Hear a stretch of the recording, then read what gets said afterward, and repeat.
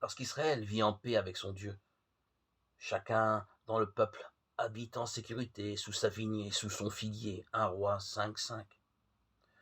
Venir à l'ombre du figuier est synonyme pour les docteurs de la loi de se mettre à l'école de la Torah. L'ombre de l'arbre est en effet propice à l'étude, et les mots arbre en hébreu etz et conseil etza sont liés. Selon un adage des proverbes, les justes fidèles soignent leur figuier et en mangent les fruits, de la même manière qu'ils veillent sur leur maître et en reçoivent honneur. Proverbe 27,18.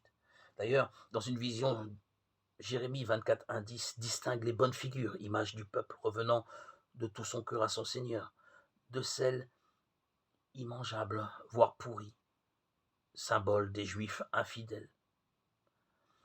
Les meilleurs fruits sont les plus précoces, Michée 7,1, Cantique des Cantiques 2,13, ce qui annonce l'été.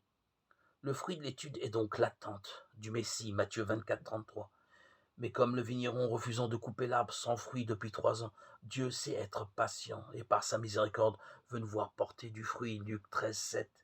L'exemple de Nathanaël est donc là pour nous encourager à l'étude, à la rumination de la parole. La sagesse elle-même nous appelle. Je suis la mère du bel amour, de la crainte de Dieu, de la connaissance et aussi de la sainte espérance. J'ai reçu toute grâce pour montrer le chemin et la vérité.